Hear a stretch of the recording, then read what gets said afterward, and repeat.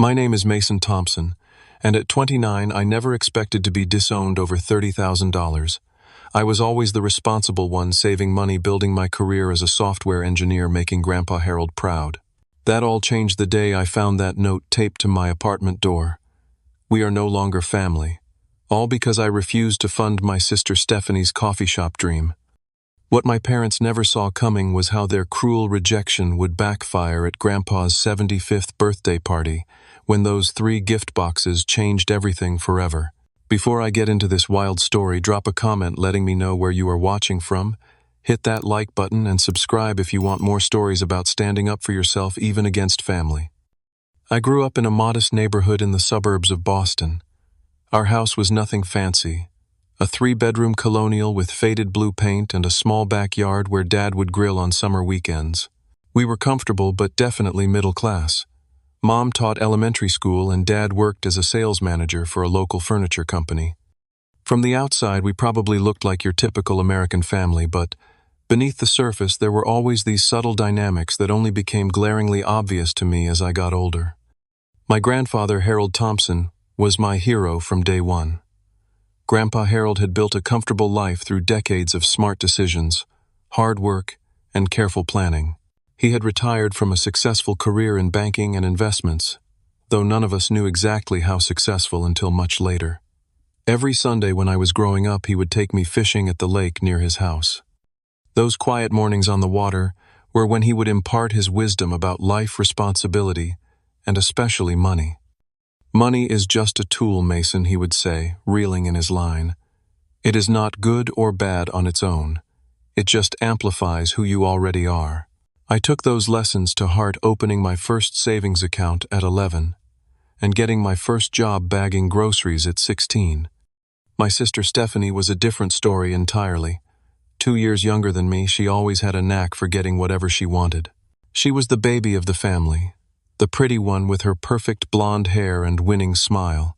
While I was saving up for college textbooks, Stephanie was maxing out her first credit card on clothes and concert tickets before she even graduated high school. The pattern started early.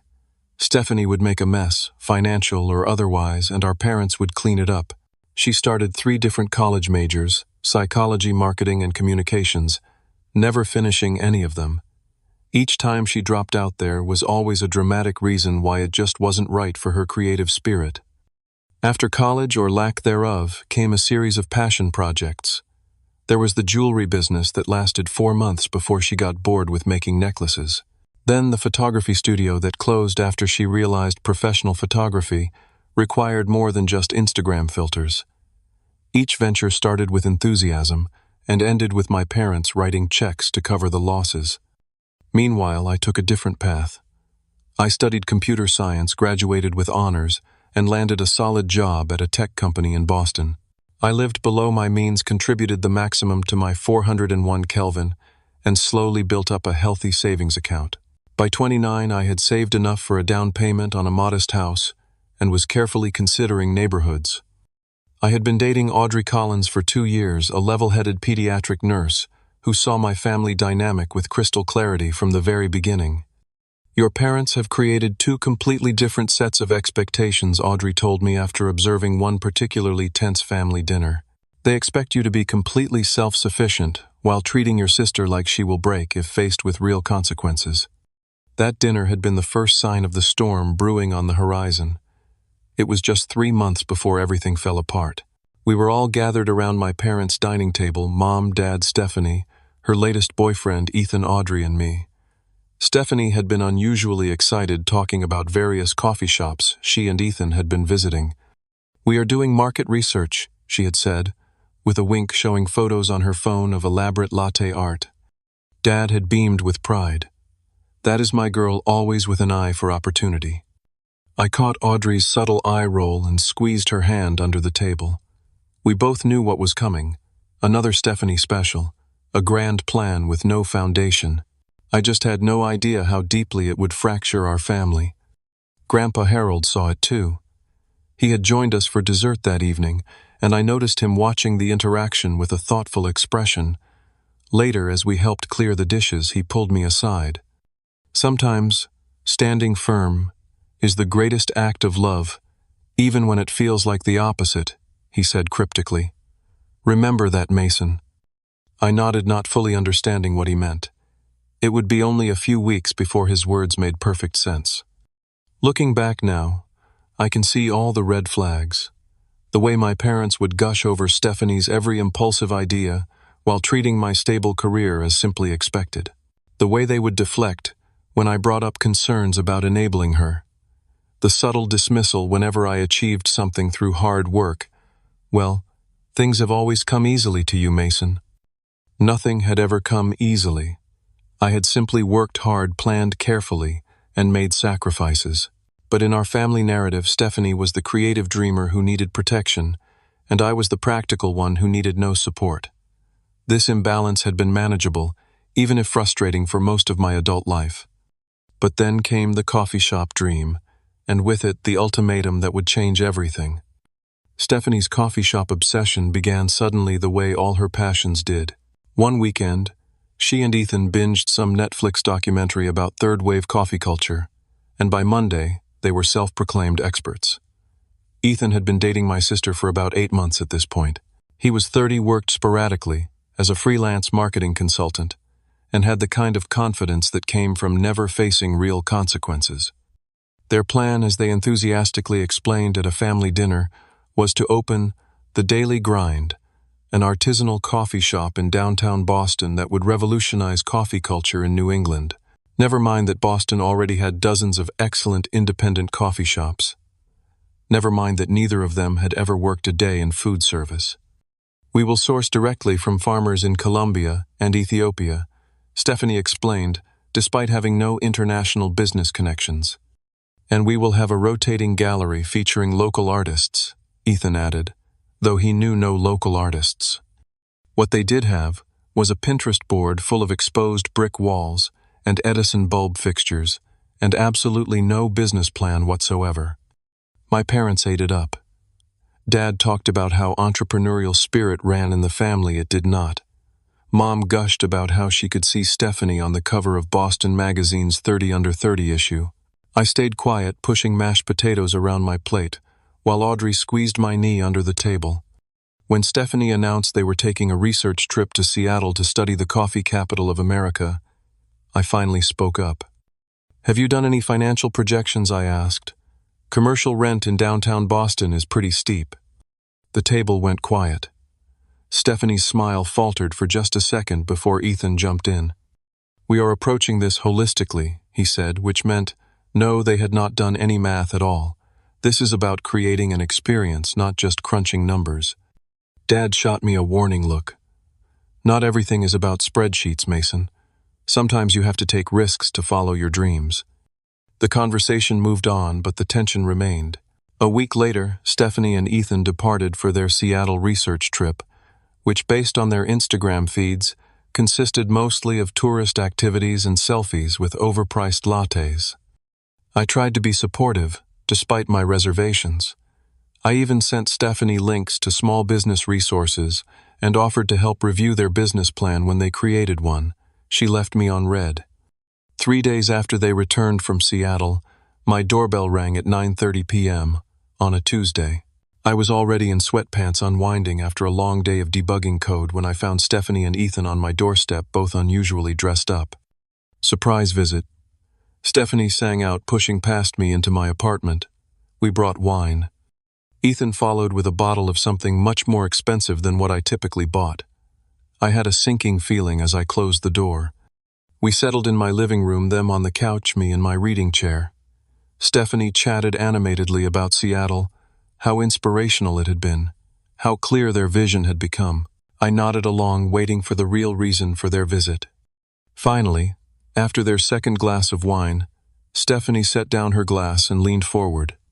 So we found the perfect location, she said, her voice taking on that sweet tone she used when she wanted something.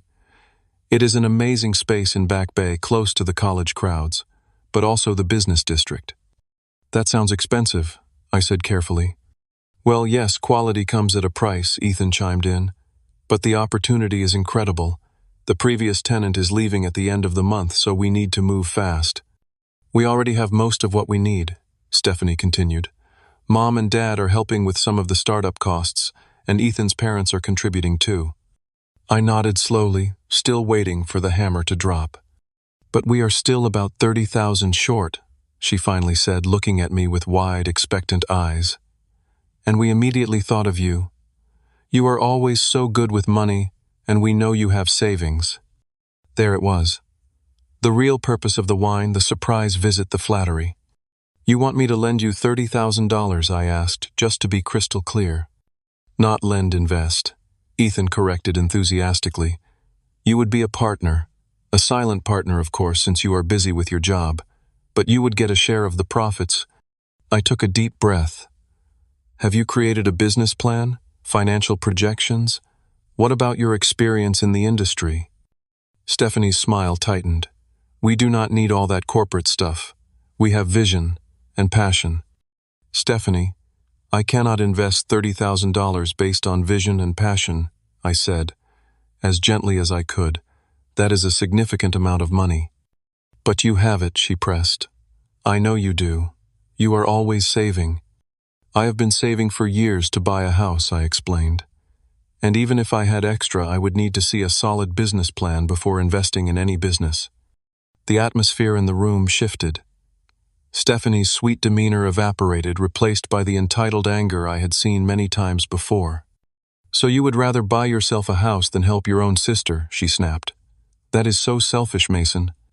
I am happy to help in other ways, I offered. I could help you put together a business plan, or I could connect you with a friend who works in small business lending. Maybe I could contribute a smaller amount if you secure the rest through proper channels. Ethan scoffed. We do not need a handout. We thought you would be excited to be part of something special, but I guess you are too risk-averse. Stephanie was already standing up, gathering her purse. I cannot believe my own brother would not support me, after everything our family has done for you. What exactly had they done for me? I had worked for everything I had paid my own way through college with scholarships and part-time jobs. But this was not the time to bring that up. Stéphanie Prévin. Save it, she cut me off. You are going to regret not helping family when you had the chance. Just wait and see. They stormed out, Stephanie, slamming my door hard enough to make the pictures rattle on my walls. I sat in my quiet apartment, a sick feeling growing in my stomach. Something told me this was not going to blow over like our usual disagreements. I was right. 3 days of silence followed Stephanie's dramatic exit from my apartment. No calls, no texts, not even angry social media subtweets. The quiet was more unnerving than an immediate blowback would have been. Then on Saturday morning, my phone chimed with a text from my father, family meeting at our house. 2 p.m., be there. No explanation, no pleasantries. Just a summons. I called Audrey immediately, my stomach in knots. They are going to ambush me about this coffee shop money, I told her. Then do not go alone, she said firmly. I will come with you. I appreciated the offer, but something told me this needed to be handled within the family first. Let me see what happens. I will call you right after. When I arrived at my parents' house that afternoon, the atmosphere was thick with tension. Mom sat stiffly on the couch. Dad stood by the fireplace with his arms crossed, and Stephanie perched on the armchair looking simultaneously victimized and triumphant. No Ethan, interestingly. This was strictly family. Sit down, Mason, Dad said, gesturing to the lone chair positioned across from the three of them. The setup was not lost on me, them versus me. I sat trying to keep my expression neutral. What is going on? Mom spoke first, her voice carrying that disappointed teacher tone she had perfected over decades in elementary education. Stephanie told us about your conversation the other night. We are very disappointed, Dad added. I looked between them. Because I would not give Stephanie $30,000 for a business with no plan. That seems like a reasonable financial decision to me. Stephanie's eyes welled with tears on cue. See how he twists everything. I was not asking him to just give me money. It was an investment opportunity for all of us. Dad stepped forward. Mason, your sister has found her passion. This coffee shop could set her up for life, give her stability and purpose. As her brother, you should want that for her. I do want that for her, I said carefully. But I want it to succeed, which means doing it the right way with proper planning, appropriate funding channels, and realistic expectations. Mom shook her head.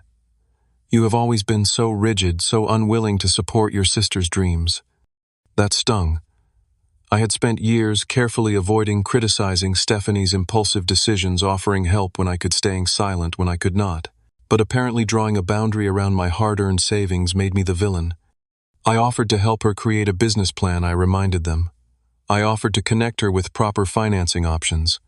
I even offered a smaller amount if she could secure the rest through legitimate channels. We already told her we would make sure you helped, Dad said flatly. That stopped me cold. You what? We promised Stephanie you would contribute, Mom clarified. We know you have the money, Mason. You have always been so frugal. You promised my money to Stephanie without even asking me. I could not believe what I was hearing. Stephanie sniffled dramatically. We are family. Family supports each other. Family does not make financial commitments on behalf of other family members, I countered, feeling my temper rising. And family does not guilt each other into making poor financial decisions. Dad's face hardened. Is that what you think this is? A poor decision? Your sister finally finds something she is passionate about, and you dismiss it as a poor decision. Have either of you looked at their business plan, I asked. Their financial projections, their market analysis, their experience in the industry, because I asked for those things and they do not exist. Mom waved her hand dismissively. Details can be worked out later. What matters is supporting Stephanie now when she needs it. The conversation went in circles for nearly an hour. Me asking for basic business fundamentals, them insisting that family obligation trumped financial common sense. With each passing minute, I felt more isolated in that room, more certain that they had already decided I was wrong before I even arrived. Finally, Dad delivered the ultimatum that would change everything. Mason, he said, standing tall with his arms crossed. This family has always supported each other. Your mother and I have already committed to helping Stephanie with part of the startup costs. Your grandparents are contributing a small amount too. I doubted that last part. Grandpa Harold would never invest without a solid business plan, but I let it slide. Now it is your turn to step up, Dad continued. Either help your sister, or do not consider yourself part of this family. The words hung in the air like a physical thing. I stared at him, waiting for some sign that he was exaggerating, that he did not really mean to threaten our relationship over this. Are you serious right now? I finally asked. You are threatening to disown me if I do not give Stephanie $30,000. Do not be so dramatic, Mom sighed. No one is disowning anyone. We are simply saying that in this family we support each other. If you cannot do that, then perhaps you need to reconsider your priorities. I looked at each of them. Dad's stern face, Mom's disapproving frown, Stephanie's victorious smirk poorly disguised as sadness. In that moment, something broke inside me. My priorities are just fine, I said, standing up. I work hard, I plan carefully, I live responsibly, and I do not make financial commitments I cannot fulfill. If that makes me not part of this family, then maybe we have different definitions of what family means. I walked out, ignoring their calls to come back and be reasonable. The drive home was a blur, my hands shaking on the steering wheel. Surely they would come to their senses. Surely this was just an emotional moment that would pass. But the days that followed proved me wrong. My calls went unanswered. My texts received single-word responses, or nothing at all. I tried reaching out to Mom directly, thinking she might be more reasonable, but her reply was chilling. When you are ready to apologize to your sister and fulfill your family obligation, we can talk. A week after the confrontation, I came home from work to find an envelope taped to my apartment door. Inside was a handwritten note in my father's distinctive block lettering. We are no longer family. Do not contact us unless you are ready to help Stephanie. I stood in my hallway, the paper trembling in my hands as the full weight of what was happening crashed down on me. Over $30,000 money I had saved carefully over years of hard work. My family had decided I was disposable. I called Audrey, barely able to speak through the shock. She came over, immediately holding me, while the numbness gave way to grief, then anger, then a profound sadness that seemed to have no bottom. They cannot be serious, she kept saying.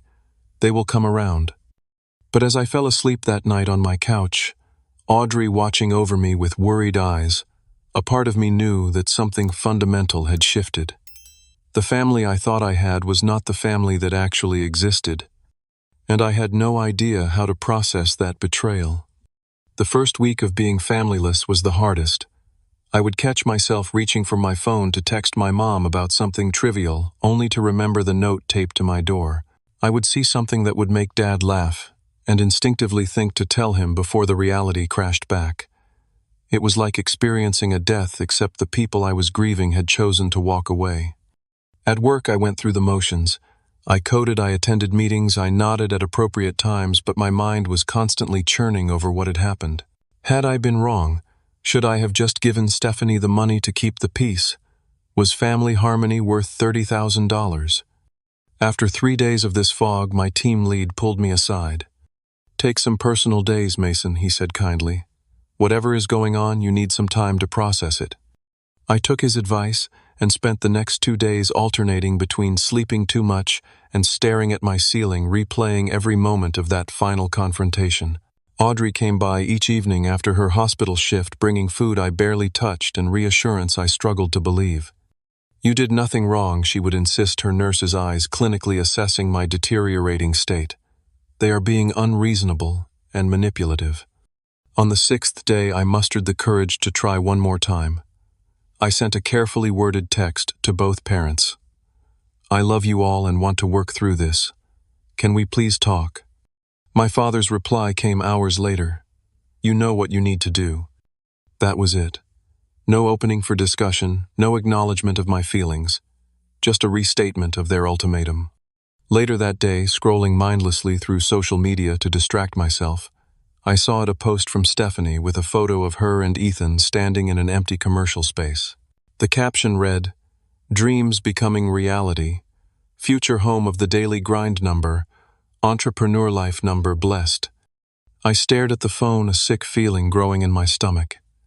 They were moving forward. Somehow they had secured the funding without me. I scrolled through the comments and saw one from my mother. "So proud of you, sweetie. Your father and I believe in you completely." A few clicks led me to another discovery, a crowdfunding page for the daily grind, with a $5,000 goal far below what they actually needed, that had been maxed out primarily by contributions from relatives. The page mentioned nothing about the true startup costs, or the fact that my parents had taken out a second mortgage on their house to fund the rest, a fact I would learn only later. In the campaign video, Stephanie talked about bootstrapping and taking a chance on myself, as if she was financing this entirely through her own hard work. The comment section was filled with praise for her entrepreneurial spirit. The narrative had been completely rewritten, with no mention of the $30,000 demanded from me or the family rupture it had caused. It was around this time that I finally called Grandpa Harold. I had been avoiding it, partly from shame and partly from not wanting to drag him into family drama at his age, but I needed someone who might understand. To my surprise, he did not seem shocked when I explained what had happened. "I wondered when you would call," he said, his voice steady as always. "I have been hearing a rather different version of events from your parents." "Let me guess," I said bitterly. "I am the selfish son who abandoned his sister in her time of need." "Something like that," he confirmed, though I suspected there was more to the story.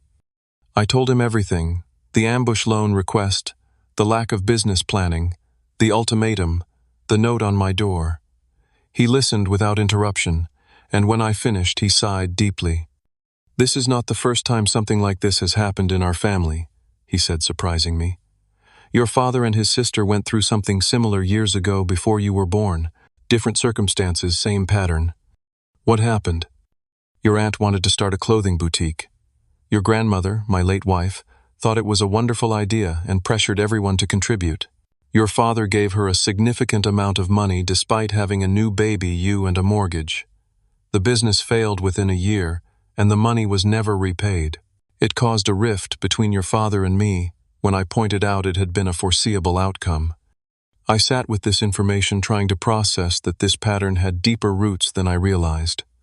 "So why is Dad doing the same thing to me now?" I asked. "Sometimes," Grandpa said thoughtfully, People who have been hurt try to validate their past choices by recreating them. Your father probably believes that supporting Stephanie unconditionally is what family does because that is what he did, even though it hurt him. What should I do? For now, take care of yourself. This is not your mess to fix. Grandpa's support was a lifeline, but it did not immediately ease the isolation. I started seeing a therapist the following week, trying to work through the complicated emotions of being rejected by my own family, over a boundary I had every right to set. Dr. Mercer, my therapist, helped me name what I was experiencing: family scapegoating. In some family systems, she explained, one member becomes the repository for all the negative feelings. You have become the problem because you refuse to participate in an unhealthy pattern. That does not make you wrong. Meanwhile, Audrey became my rock. She fielded concerned messages from mutual friends who had heard rumors about family drama. She made sure I ate regularly and got out of the apartment occasionally. She never pushed me to just give in to keep the peace, understanding that some bridges once crossed changed the landscape forever. About 3 weeks after the note appeared on my door, I ran into my Uncle Phil at the grocery store. He was my father's younger brother, less involved in family matters, but generally good-natured. His discomfort was palpable as we stood between the produce and dairy sections. "Mason Hay," he said, shifting his weight from foot to foot. "Have not seen you around lately." "Yeah, I have been busy," I replied, not wanting to create more drama. "Look," he said, lowering his voice, "I do not want to get in the middle, but what happened with you and Stephanie? Your parents are telling everyone you abandoned her when she needed help, but that does not sound like you." The knot in my stomach tightened. Did they mention they demanded I give her $30,000 with no business plan, and when I refused they left a note saying we are no longer family? Uncle Phil's eyes widened. No, they definitely did not mention that part. I gave him the abbreviated version, watching his expression shift from confusion to concern. "That is not right," he said finally. "I am sorry, Mason. I had no idea." After we parted ways, I realized the story being told to the extended family painted me as the villain, the selfish brother who refused to help his struggling sister follow her dreams. It was easier than admitting they had made financial decisions based on emotion rather than logic, or that they had delivered an ultimatum no parent should ever give a child. A few days later, I received a gold-embossed invitation to Grandpa Harold's 75th birthday celebration, to be held at his home the following month. I almost declined, knowing my parents and Stephanie would be there, but the handwritten note at the bottom gave me pause. "Your presence is not requested, Mason. It is required. Trust me, you will want to be there. Grandpa." When I called him to ask what he meant, his voice carried a hint of mischief I had rarely heard. "Let's just say I have been doing some thinking about family legacy and what it means to truly support the people you love," he said. "And I think it is time for a little clarity in our family. Will you trust me on this?" Despite my reservations, I found myself agreeing. "I will be there." "Good," he said. "And Mason, sometimes the hardest roads lead to the most necessary destinations. Remember that." As I hung up, I could not shake the feeling that Grandpa Harold was planning something significant. The thought brought both anxiety and a small, unfamiliar spark of something I had not felt in weeks' hope. 2 weeks before Grandpa's birthday celebration, he invited me to his house for lunch, just the two of us.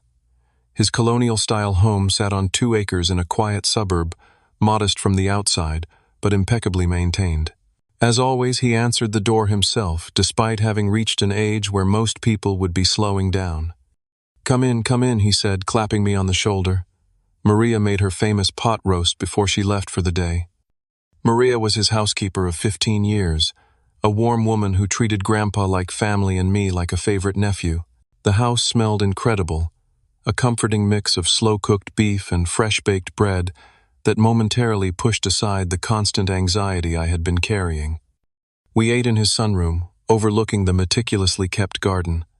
After some small talk about my work and Audrey, Grandpa set down his fork and fixed me with his clear blue eyes. "I owe you an apology, Mason," he said seriously. "For what?" "For not stepping in sooner. I have watched this dynamic in our family for too long without addressing it directly. Your father has repeated patterns from his own upbringing, and now Stephanie is doing the same." I shifted uncomfortably. "It is not your responsibility to fix this, Grandpa." "Perhaps not," he agreed. "But as the patriarch of this family, I do have a responsibility to uphold certain values, values that seem to have gotten lost along the way." He rose and walked to his desk in the corner of the room, retrieving a leather portfolio. "I want to show you something." Inside were documents, financial statements, property deeds, investment portfolios, far more extensive than I had ever imagined. "Your father believes I live comfortably on my pension and some modest savings," Grandpa explained. "He has never been particularly interested in financial matters beyond maintaining appearances. What he does not know is that my banking career was considerably more successful than I let on, and my investments have performed exceptionally well." I scanned the documents, my eyes widening at the figures. Grandpa Harold was not just comfortable, he was wealthy. Very wealthy. "Why are you showing me this?" "Because you need to understand what is at stake," he said simply. "And because I want you to know that I have been watching the coffee shop situation with great interest." He pulled out another folder, this one containing what looked like private investigator reports, financial analyses, and photographs. "You had Stephanie investigated?" I asked, shocked. "Not Stephanie," he corrected. "Ethan, and the business. I wanted to know exactly what I was dealing with before I made any decisions." The reports painted a troubling picture. Ethan Rodriguez had been involved in 3 failed business ventures in the past 5 years, a fitness app, a meal delivery service, and a digital marketing agency.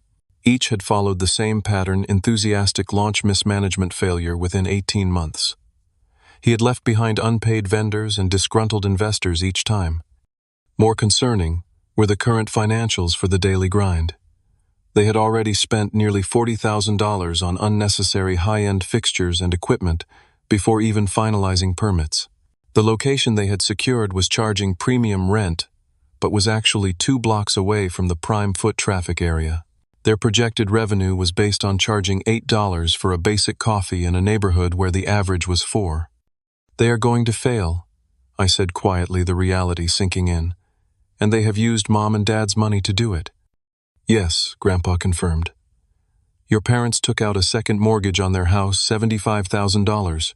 They are telling themselves it is an investment in Stephanie's future, but based on these projections that money will be gone within 8 months with nothing to show for it." I felt sick. My parents were in their late 50s with retirement on the horizon. They could not afford to lose that kind of money. "Why are you telling me this?" I asked. "What can I do about it now?" "Nothing yet," Grandpa said, gathering the papers. "But there is something I can do, which brings me to my birthday party and the 3 gift boxes you have been wondering about." He outlined his plan then, a public reckoning that would force everyone to confront the unhealthy patterns that had taken root in our family. It was bold, potentially explosive, and would change family dynamics forever. "Are you sure about this?" I asked when he finished explaining. "It could cause a permanent rift." "The rift is already there," he pointed out. "They disowned you over money, Mason. Money they then proceeded to waste on an ill-conceived venture. What we are doing is bringing truth into the open, where it can finally be addressed." He showed me the contents of the 3 boxes he had prepared, one for Stephanie and Ethan, one for my parents, and one for me. Each contained carefully selected documents and items that would tell a part of the larger story. "My attorney Walter will be there to handle the legal aspects," Grandpa added. "He has been my friend for 40 years and understands exactly what we are doing and why." As I left his house that afternoon, I felt both dread and a strange sense of relief. Whatever happened at the birthday party, the secrets and manipulations would finally be exposed. Whether that would heal our family or fracture it permanently remained to be seen. The night before the party, I called Audrey in a moment of panic. "What if this makes everything worse?" I asked her. "What if this just confirms to them that I am the villain?" "Mason," she said gently, "you are not responsible for how they react to the truth. That is on them. You deserve to have your side of the story told, and your grandfather deserves to allocate his resources according to his values. Whatever happens tomorrow, remember that you acted with integrity throughout this entire situation." Her words steadied me. As I hung up, I realized that regardless of what happened at Grandpa's party, I had already gained something valuable from this painful experience, a clearer understanding of my own worth and the kind of relationships I deserved. Tomorrow would bring whatever it would bring. I was as ready as I could be. Grandpa's 75th birthday celebration was scheduled for 2 p.m. on a perfect June Saturday. I arrived 30 minutes early, as he had requested, parking my car at the far end of the circular driveway, already filling with familiar vehicles. My heart hammered as I recognized my parents' silver SUV and Stephanie's red compact. Grandpa met me at the side door looking sharp in a navy suit with a gold tie pin, a gift from my grandmother before she passed. "Right on time," he said with an approving nod. "Walter is already here in my study. The boxes are prepared." Walter Simmons was a distinguished-looking man with silver hair and the calm demeanor of someone who had seen every type of family drama over his long legal career. He shook my hand firmly. "Your grandfather speaks very highly of you, Mason," he said. "What he is doing today takes courage, but he believes it is necessary." We reviewed the plan one final time, and then it was time to join the gathering. Grandpa's spacious living and dining rooms had been transformed for the occasion with elegant flower arrangements and a catered spread that would have impressed even the most discerning guests. About 30 family members and close friends were already mingling, champagne flutes in hand. The moment I entered the room, I felt it, the shift in atmosphere, the subtle turning of heads, the whispered comments. Uncle Phil gave me a sympathetic nod from across the room. Aunt Margaret, always the family gossip, practically gave herself whiplash trying to see if I would approach my parents. Mom and Dad stood near the fireplace, pointedly looking away when they noticed me. Dad's posture stiffened, and Mom busied herself with her champagne glass. Stephanie, holding court near the gift table with Ethan at her side, shot me a glare that could have frozen hell. Rather than approach them, I made my way around the room, greeting other relatives and family friends. Many seemed surprised by my presence, confirming my suspicion that the narrative of my abandonment had been widely circulated. "Mason, we have not seen you at family gatherings lately," my cousin Jessica said, her eyes curious. "I have been focused on work," I replied neutrally, "but I would never miss Grandpa's 75th. After about 20 minutes of this uncomfortable dance, Grandpa Harold clinked his glass for attention. The room quieted as all eyes turned to him. "Thank you all for coming to celebrate this milestone with me," he began, his voice strong despite his age. 75 years is a long time to live, and it gives a man perspective on what truly matters. He spoke briefly about his late wife, his career, and the joy of watching his family grow. Then his tone shifted slightly. "As many of you know, family has always been my highest priority. Not just the idea of family, but the substance of it, the values, the mutual respect, the integrity that binds us together across generations." I noticed my father shifting uncomfortably, perhaps sensing the turn in conversation. "Today I want to do something a bit different," Grandpa continued. "Instead of receiving gifts, I would like to give some. Specifically, I have prepared special gifts for 3 members of my family who are at a crossroads." He nodded to Walter, who stepped forward with the first wrapped box, medium-sized, wrapped in silver paper with a blue ribbon. "First for my granddaughter Stephanie and her partner Ethan." Stephanie stepped forward, beaming at being singled out. She took the box with a triumphant glance in my direction, clearly expecting something valuable. Ethan hovered at her shoulder as she unwrapped it. Inside was a leather-bound folder with gold embossing that read, "The Daily Grind, a Reality Check." Stephanie's smile faltered as she opened it. "What is this?" she asked, her voice suddenly small. "That," Grandpa said calmly, "is a comprehensive analysis of your coffee shop business, including market research, financial projections based on actual data, and a detailed history of Ethan's previous business ventures."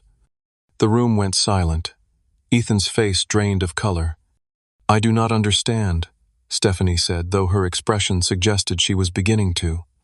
"Page 3 might be particularly illuminating," Grandpa suggested, "where you will find documentation of how the $40,000 already spent has been allocated, including the $8,000 espresso machine that was purchased but delivered to Ethan's apartment, not the shop.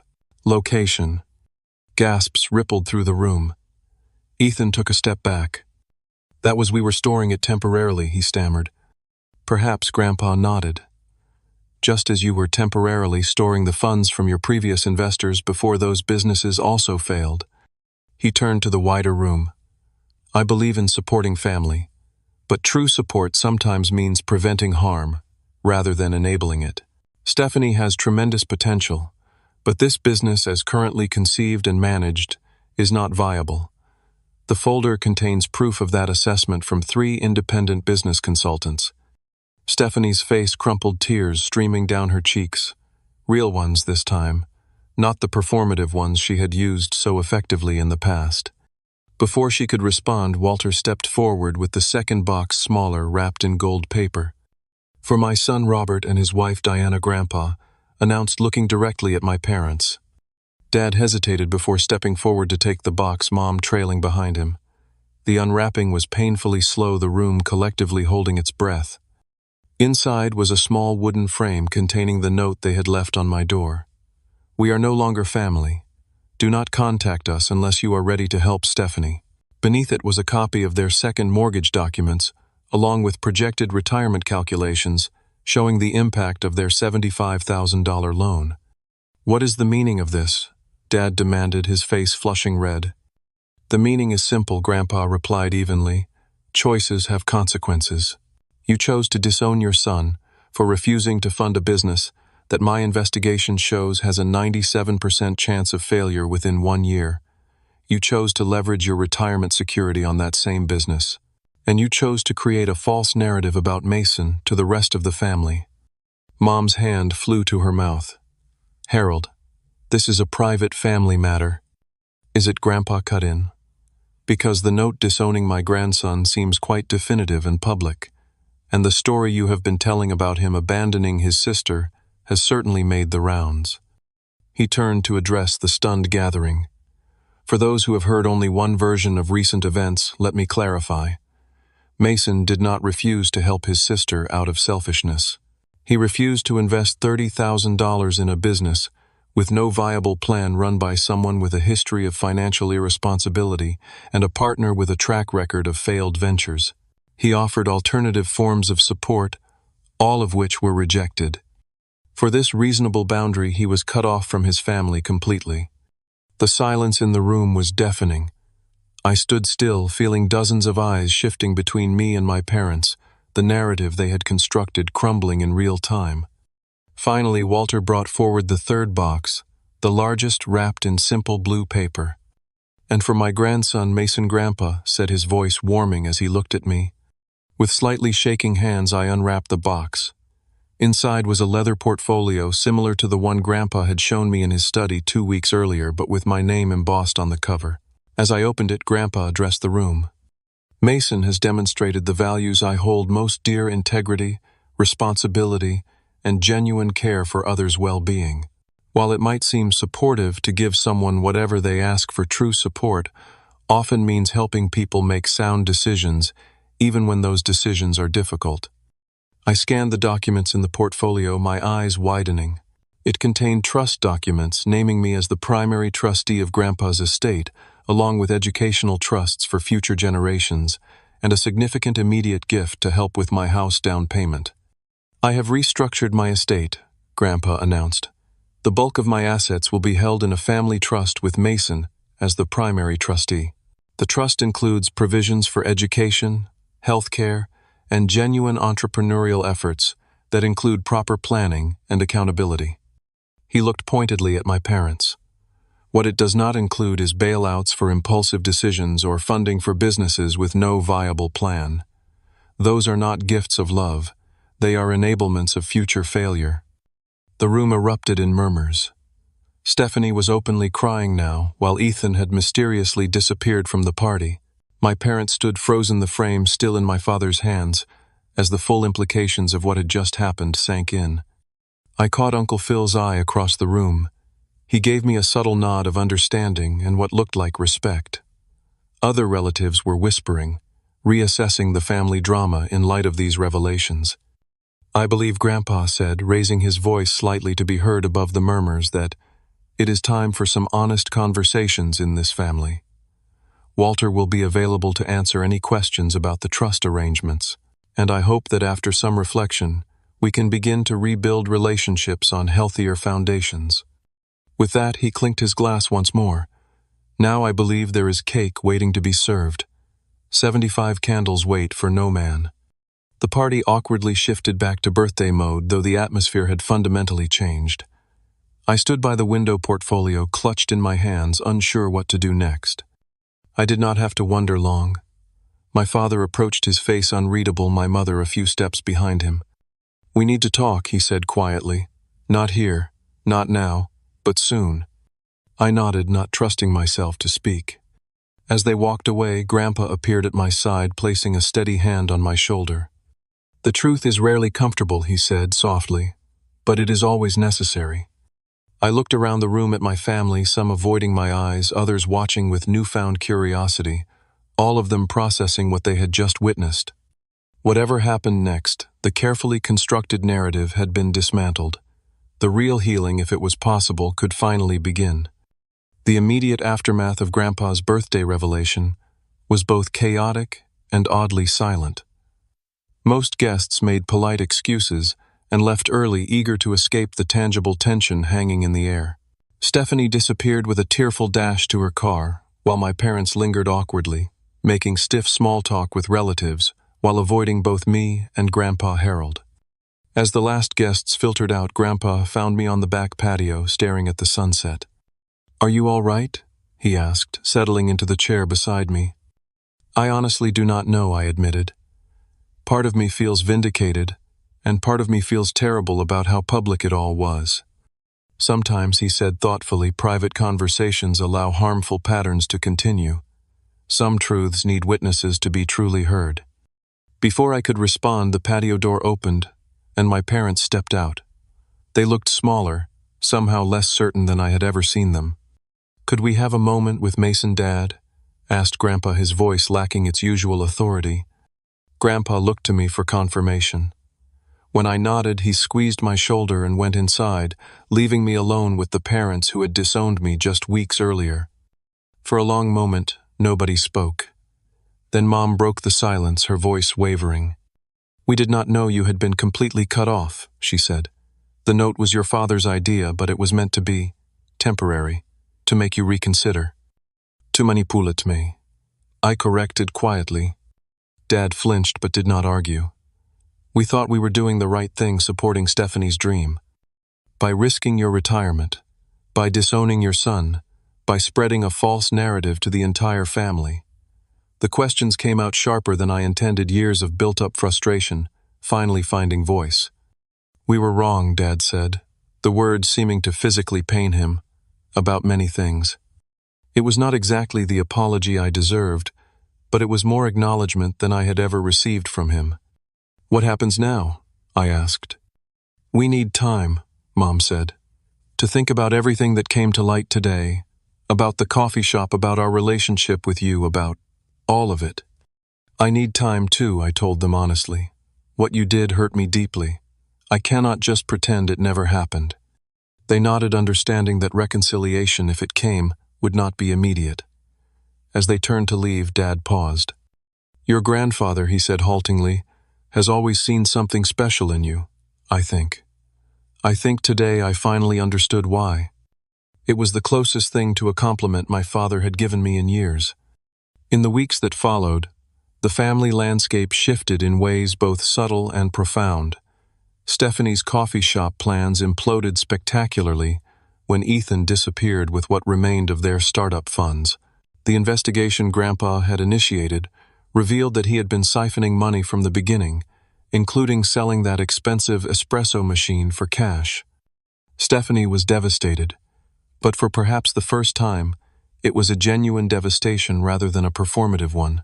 With the business facade shattered and Ethan gone, she was forced to confront not just his betrayal, but her own pattern of magical thinking and financial irresponsibility. 2 weeks after the birthday party, she showed up at my apartment alone, and without the usual dramatic entrance. "I do not expect you to forgive me," she said, sitting stiffly on the edge of my couch, "but I needed to tell you that you were right. About everything." We talked for hours that day, really talked perhaps for the first time as adults. She confessed her jealousy of my stability, her fear of failure, her pattern of using charm and drama to avoid facing consequences. I shared my resentment at always being expected to be the responsible one, my hurt at being taken for granted, my frustration at being cast as the villain for setting reasonable boundaries. "I do not know how to fix any of this," she admitted, as evening fell. "The shop is gone. Ethan took what was left of Mom and Dad's money. My credit is ruined. And I have treated my brother like an ATM instead of a person." "You start by making different choices," I told her. "One day at a time."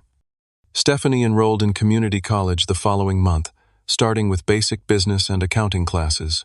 She moved back home with our parents, got a job as a barista at an established coffee shop, and began the slow process of rebuilding her financial life from scratch. My relationship with my parents took longer to mend. The note they had left on my door had cut deeper than they seemed to realize, revealing a conditional love I had always suspected but never wanted to confirm. We started with occasional phone calls, then graduated to brief coffee meetings, each interaction careful and measured. "Your grandfather's intervention was illuminating," Dad admitted during one such meeting about 2 months after the birthday party. "He made me see that I have been repeating patterns from my own past." He shared more about the failed clothing boutique, how he had felt pressured to support his sister financially, despite his own misgivings, how the loss had strained his early years of marriage and parenthood. "I think I needed to believe it was the right choice," he confessed. "So when Stephanie needed money, I convinced myself that supporting her unconditionally was what family does, even if it meant pressuring you to do the same." Mom had her own revelations. "I always thought Stephanie needed more support because she was sensitive, creative. I did not see how we were actually holding her back by never letting her experience consequences." Their second mortgage remained a financial burden, though less catastrophic than it might have been. Grandpa Harold, true to his principles about not enabling poor decisions but still caring about family, helped them refinance on the condition they attend financial counseling. My relationship with Audrey deepened through all of this. She had seen me at my lowest and stayed steadfast, offering support without trying to fix everything. 6 months after Grandpa's birthday party, I used part of his gift to put a down payment on a modest house and asked her to move in with me. She said yes. The trust responsibility Grandpa had given me was both an honor and a weighty obligation. I worked closely with Walter to understand the legal and ethical dimensions of being a trustee, determined to uphold the values Grandpa had entrusted me to protect. "The point is not to control the family through money," Grandpa explained during one of our now weekly fishing trips. "The point is to ensure that money serves the family's true well-being, not its impulses." It was nearly 6 months after the birthday confrontation when we had our first full family dinner. Grandpa hosted at his house, neutral territory for all of us. The conversation was sometimes stilted, sometimes raw, but fundamentally different from our interactions before. Stephanie talked about her classes and what she was learning about business fundamentals. Dad discussed the financial counseling insights without defensiveness. Mom mentioned a support group she had joined for parents learning to establish healthier boundaries with adult children. As we finished dessert, Grandpa raised his glass in a toast. "To growth," he said simply. "May we always be brave enough to learn." Later, as Audrey and I drove home, she asked if I had regrets about how everything had unfolded. "I regret the pain," I said after thinking about it, "but not the boundaries. Standing firm on what I knew was right was the hardest thing I have ever done, and ultimately the most necessary." The experience had changed me profoundly. I had learned that true family is built on respect and honest communication, not obligation and manipulation. I had discovered my own capacity to withstand rejection rather than compromise my principles. And I had found that sometimes the most loving thing you can do is say no, even when every cultural and familial pressure pushes you to say yes. 1 year after Grandpa's 75th birthday party, we gathered again to celebrate his 76th. The family dynamic was different now, more authentic, less performative. Stephanie brought her community college dean's list certificate instead of a get-rich-quick scheme. My parents talked about their upcoming retirement with clear-eyed planning instead of magical thinking. And I brought Audrey, now wearing an engagement ring, As the party wound down, Grandpa and I stood on his back porch watching fireflies light up the summer evening. "You know," he said, "when I was your age, I thought family was about loyalty at all costs. It took me decades to learn that true family loyalty means wanting what is best for each other, not what is easiest." I nodded, understanding in a way I never could have before experiencing it myself. "Thank you," I said simply, "for seeing the truth when no one else would." He smiled, the lines around his eyes deepening. "Truth is like those fireflies, Mason. Sometimes you have to wait for darkness to see it clearly." As we head into the future, I carry these lessons with me: that standing firm on your principles can be painful but necessary, that true support sometimes means saying no, and that family, real family, is built on respect, not obligation. What about you? Have you ever had to stand your ground against family pressure? How did you handle it? Drop your experiences in the comments below, and if this story resonated with you, please hit that like button and subscribe for more stories about navigating life's difficult relationships. Remember, sometimes the hardest choices are the ones that ultimately lead to healing and growth. Thank you for listening to my story, and I wish you courage in your own journey toward authentic relationships.